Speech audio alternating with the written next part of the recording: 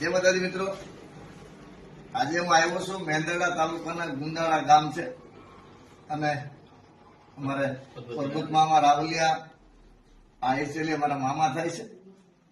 આ ભરતકામ એ પોતે કરે છે અને ખૂબ શોખ વસ્તુ છે. આ જૂની વસ્તુ તો પરંપરાની છે, આ તો બહુ ખોવાઈ ગઈ છે, અત્યારે કઈ જડતી નથી.